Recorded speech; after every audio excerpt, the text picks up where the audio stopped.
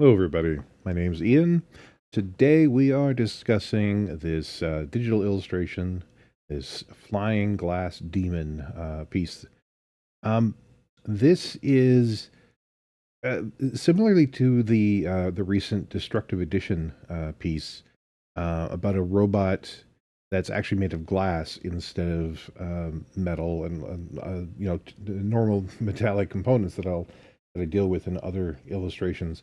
I've dealt with the idea of glass robots a few times in the past. It's a theme I do like to come back to, mostly because I love working with reflections, whether they be water, metallic, or glass. Um, with glass, I particularly like both the reflective quality of of the outside of the glass, but also the translucent nature, the way that light travels through it and ends up bending and warping. So that was my idea with this particular piece, to really concentrate on that in a a very industrial retro computer heavy style background. Um, the pose that I'm working with here is based off of a photo I took of a model. Her Instagram handle is mostly alien. We recently did a photo shoot, and this is one of the pieces that came from that.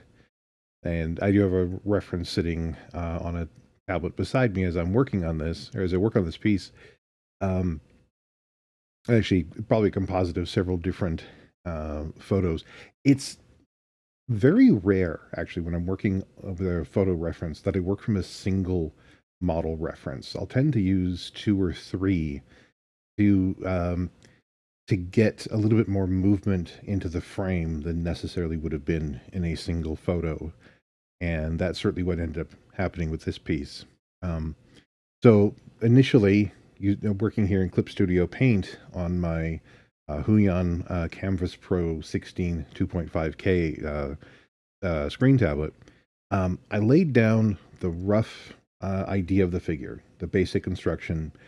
Even when I'm working with a photo reference, even when working with a photo reference, it's good to have a really solid knowledge of human anatomy to be able to work with the figure, especially in case you're wanting to do any modifications. If you're wanting to change the shape of the arm or where something's pointing, you want to be able to visualize that in 3D space, in being able to foreshorten, make sure the musculature matches what it should look like, things like that.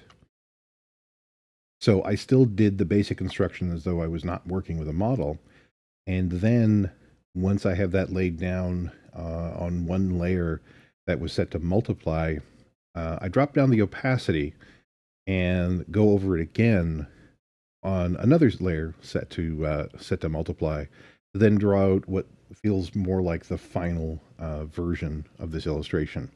Now, my intent on this piece was that it was going to be a digitally painted piece, and you would not see the line art on the character in the final illustration.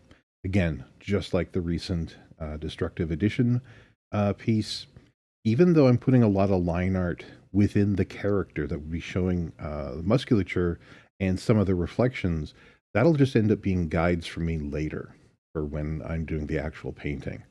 I really just want to have an idea of what the how the glass surface is reflecting light. Although when I first start painting her, I'll be dealing more with the light coming through the glass first, and then painting the reflections on top of that. But you can see I'm putting in a lot more detail on this than I would if I was drawing a figure that was not made of glass or made of metal. Um, I've done other versions, done other illustrations, more pieces that were done as traditional ink to digital coloring, where the line art on the figures was very light. There wasn't a whole lot of detail there, that all of the detail was put in the final painting. With this one, want to put a lot of the detail in my construction stage, and then remove that detail. Well, remove this particular layer later on. Um, and as you can see, going with the demon theme of it, uh, I'm still playing with that wire halo coming out of her back and going up over her head. I quite like how that ends up looking and how it meshes with the style that I'm working. This is meant to have a bit of a horror theme. It's not a full on horror illustration, but it's definitely horror adjacent. This is actually because this will be a piece I'll be selling as a print at a horror convention later in 2026. I'll post more about that on things like my Blue Sky account and other places like that as we get closer to that date. But um, the lighting I'm choosing and the pose I'm using aren't quite what I would be considering full on horror. I want to do some more pieces that would be a bit more horror themed later on. But I still want to introduce that idea, but also keep it fairly synthwave. I already know that the color scheme I'll be using on this will be shifting away from the red blue that I've been doing in some of my recent pieces and a bit more towards actual synthwave colors, more of almost a Miami Vice style look. Not quite as pastel-y and certainly no yellows, but dealing with more purples and blues and some reds. Um, and there is a strain of synthwave style illustration that actually incorporates a lot of horror elements as well. So I think this would mesh pretty well with that. This very ragged style metallic wings coming off of her as well. And there's also bits of metal on her, like at her elbows and a few other details. Now, the setting for this is this industrial slash retro computer center that she's flying through. A slightly surreal feel to the whole thing, but I just like the notion of her being surrounded by all these old computers, um, and even incorporating almost a portal look at the base of it, like she's flying up from one section of this building into this particular piece and approaching it the same way, where I had laid out the basic idea on one particular layer in Clip Studio Paint, um, setting the layer to multiply. So it's so if I paint with white, you wouldn't. All it would do is basically erase any of the lines that I use. And once I had that rough idea in, I create another layer, drop down the opacity on the first, and start putting in more details, like I'm starting here. I also drop down the opacity on the main figure, even the finished version, just so I can get more of a sense of what the the computers, the equipment, everything around her would end up looking like. Now she'll be completely blocking out all this when I go to the actual painting stage, but it still gives me a sense of where she is in this space. I know I want to have the computers surrounding her, kind of curving around her. It's almost like the interior of like a distended egg shape or something. The way that it bows out around her, tapers back up at the top and at the bottom. And we are looking at a lot of old CRTs. There's old VCRs, reel to reel tape players, cassette players. 70s style computer equipment, all kinds of things. You've seen this in my work in the past. I like to play with these kind of this kind of imagery quite a bit. Basically, computers I had grown up with, or from just before I would have grown up with them. I like that kind of industrial feel to them. And here you can see at the base that there's this curved section that she had just flown through, with other equipment pointing more down to indicate that it's a much larger space that she had come out of. I also wanted to make sure that some of the equipment was facing slightly different directions. Some of it's recessed, some of it comes out, so it didn't just look like a drawing of computers on the interior of a wall. I want to make sure that there's actual depth to this design.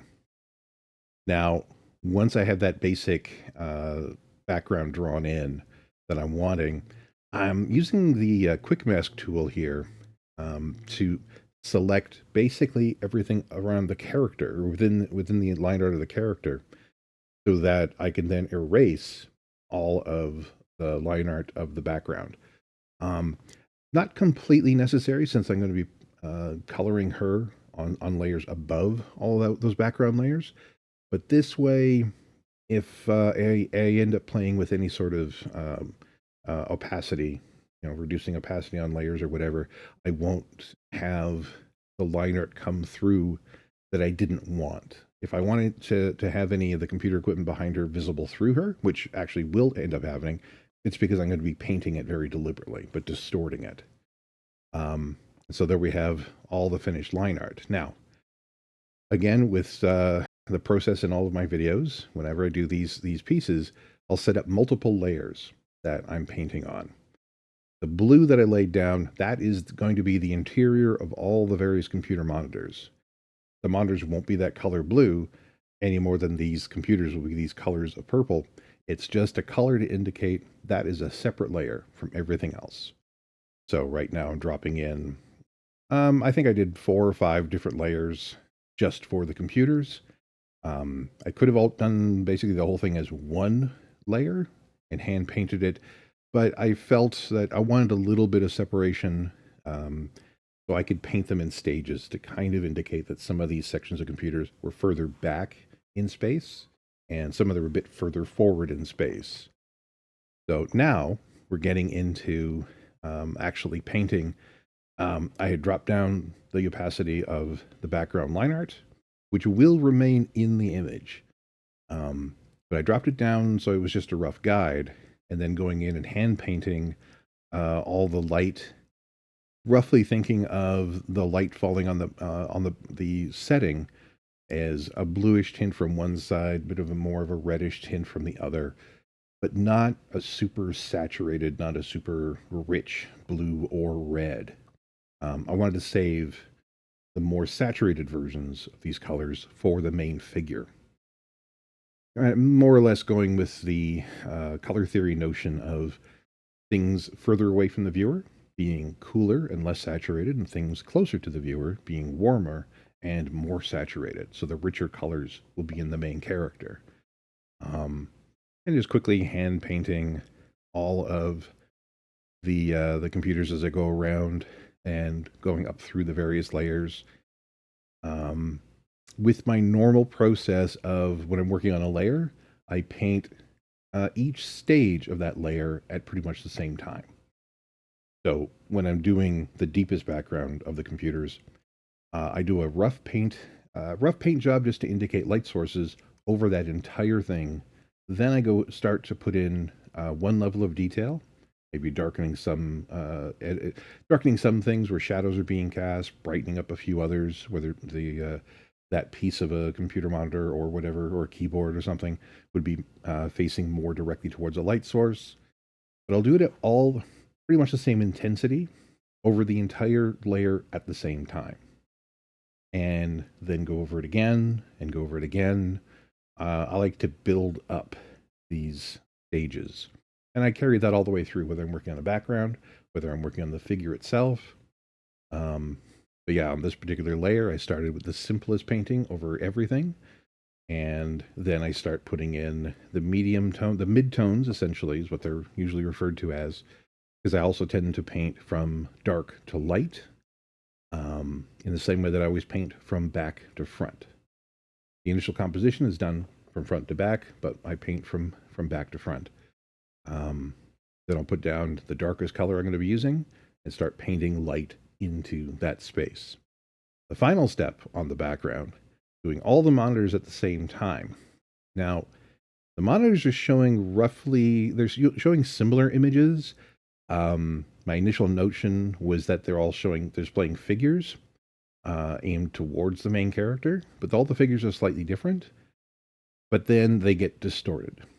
So once I put down the rough light and dark shapes, I'm starting to put in scan lines, because these would be CRT monitors as opposed to flat screens or plasma TVs or anything that kind of stuff. Looking at much older style TVs here. So I put in those dark lines to indicate the scan lines, then put in some highlights where the figures are, and then putting in this slightly richer but darker red color um, alternating between the two of them as well to give it a little bit of interest.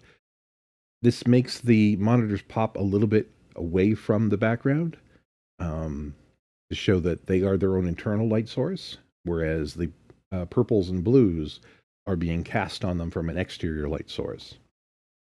So throwing a bit of glow from these television monitors over the whole piece, and then gradually building up the rest of that background and lightening it.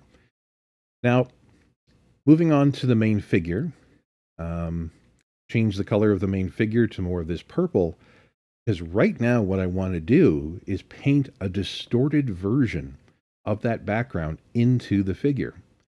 So you'll notice that she's actually starting to look very clear, because you're looking right through her into the background, but it's distorted based on the shape of the limbs. Um, Now, not a lot of this detail will wind up in the final piece, but I want to start with this so that whenever I'm painting on top of it, there will be aspects of the translucent nature still visible. It'll always be just a bit of a hint of that here and there. Sometimes it'll be a bit more obvious, um, but just going with that theme of glass. So, as opposed to when I'm working with metal, which I'll be working with a little bit later, I want to make sure that I'm seeing through the figure as well as seeing the surface of the figure. Um, she also will end up having a little bit of an internal light source. She'll be a lot more red when we get to the final version. But here, now I'm starting to bring in the red from the monitors, not only being reflected on her, but will actually, that light will be going into like the legs here and through and getting distorted and being widened or narrowed, um, depending on the density of the glass, because it won't be a uniform density. Has always been my idea whenever I work with these sorts of things. Um, with that basic pass done, now I'll start dealing a bit more with the reflections, just to give a sense of mass to the figure. But this is just a very rough version of that. Um, Kind of following along with the line art that I've done and some of the internal line art that I've drawn. Again, that's going to be more about showing reflection patterns. But now I'm using a layer, an additional layer on top of that set to screen, and I just use the gradient tool to put a bunch of red into it. Um, Now, what do I mean by setting layers to multiply or setting them to screen? Basically, if you have something on a layer set to multiply, anything you're drawing on that layer will be adding to all the layers underneath it. When I set something to screen, anything I paint on that will actually strip away colors beneath it. So if I paint red, it isn't so much that it paints red into that space, it's that it strips away everything underneath it that isn't red. It gives it the sense of light. It's like you still get the detail of everything underneath, but now it's brightened as though you're shining a flashlight on it with a red filter or a blue filter or whatever.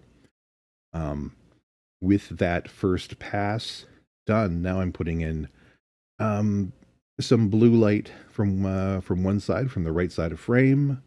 Um, I always deal with when I deal with multiple light sources, I tend to have them different colors. It's a good way to again add mass to the figure, to get a sense of them being a three-dimensional object existing in three-dimensional space. Um, it can add not only to the figure itself feeling real, but it definitely helps with creating any sort of emotion or story going on in a particular piece. Um, and then as I go along, start adding in brighter and brighter highlights. That whole idea of start with the base idea and then building up gradually. And I build up gradually over the entire layer at the same time. So when I start adding in these whiter highlights, I'm going to be putting in those same whiter highlights over the entire figure, like I am here on her shoulders, be carrying that all the way through down to her legs. And then when I want to play with an additional light source or adding a bit more definition, I'll go back, do the entire figure again that same way. as opposed to just hyper rendering one aspect of the figure and then moving on to the next and then moving on to the next. And each section will be finished, but it might not be finished the same amount. I find consistency is a whole lot better if I do it this way. I've been tweaking with the colors a little bit, but now I'm at the stage where I'm alternating between removing the original line art and putting it back down just to guide. Essentially, that line art is now being redone in very light colors to go with the notion of nothing being nothing but reflections. So it's now a guide for drawing in white all over the figure, or lighter blue on one side, the sort of pinkish red on the other, um, adding to this very bright feel. And then I will go back and add in where I realize I need a little bit more of a darker sense of definition. The figure was looking a little bit too soft. Being glass, there should be more of an edge to it periodically, um, because it doesn't quite work the same way as human skin. It's much shinier, and so I want there to be a little bit more contrast, which means I'll end up putting some harder shapes here and there. I'm basically alternating between an airbrush and an ink pen brush. Um, I'm finding that those two brushes seem to work the best for me when working with in Clip Studio Paint. Previously, if I was working in Photoshop, I would alternate between an airbrush, like a soft, very soft brush, and a circular hard brush. I found a brush in Clip Studio Paint that I actually like quite a bit better than the circular brush. So that's what I tend to be using.